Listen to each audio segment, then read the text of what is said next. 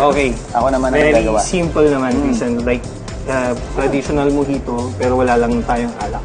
Okay, okay. So, Mojito. to start, so you start with putting 2 large slices of lime, and then same.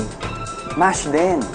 Mash it! Mash it! Release the crack. So, nakita yung juice. Okay.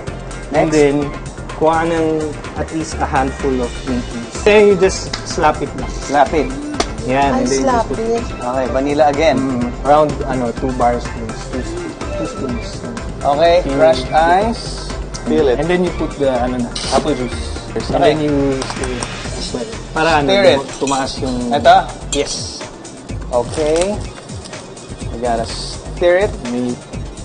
Sa kitchen.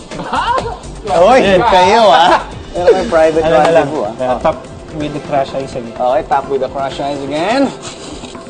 Ayan, ayan, ayan. And, Alam mo, yeah. parang bagay ito dun sa ipapaturo ko dun sa chef sa kusina. Pairing. Ipe-pair natin. Sarap Good, eh. very good. O tapos, And ano pa? then, like, presentation-wise, you just put Presentation? yan. Ayan. Ganyan ayan. lang. Yeah. Okay. Just there. That's it. Done. Yung sa akin Wala. may crawfish eh. Presentation-wise, di ba? Sweet and salty. Para pagka inom kain, inom, ganyan. Diba? Okay. Pak! Very nice, very nice. O, tapos kailangan tikman to. Ay, tikman nyo na. O sige, habang nagtitikiman kayo dyan, practice yun yung paggagawa ng cocktails. Okay.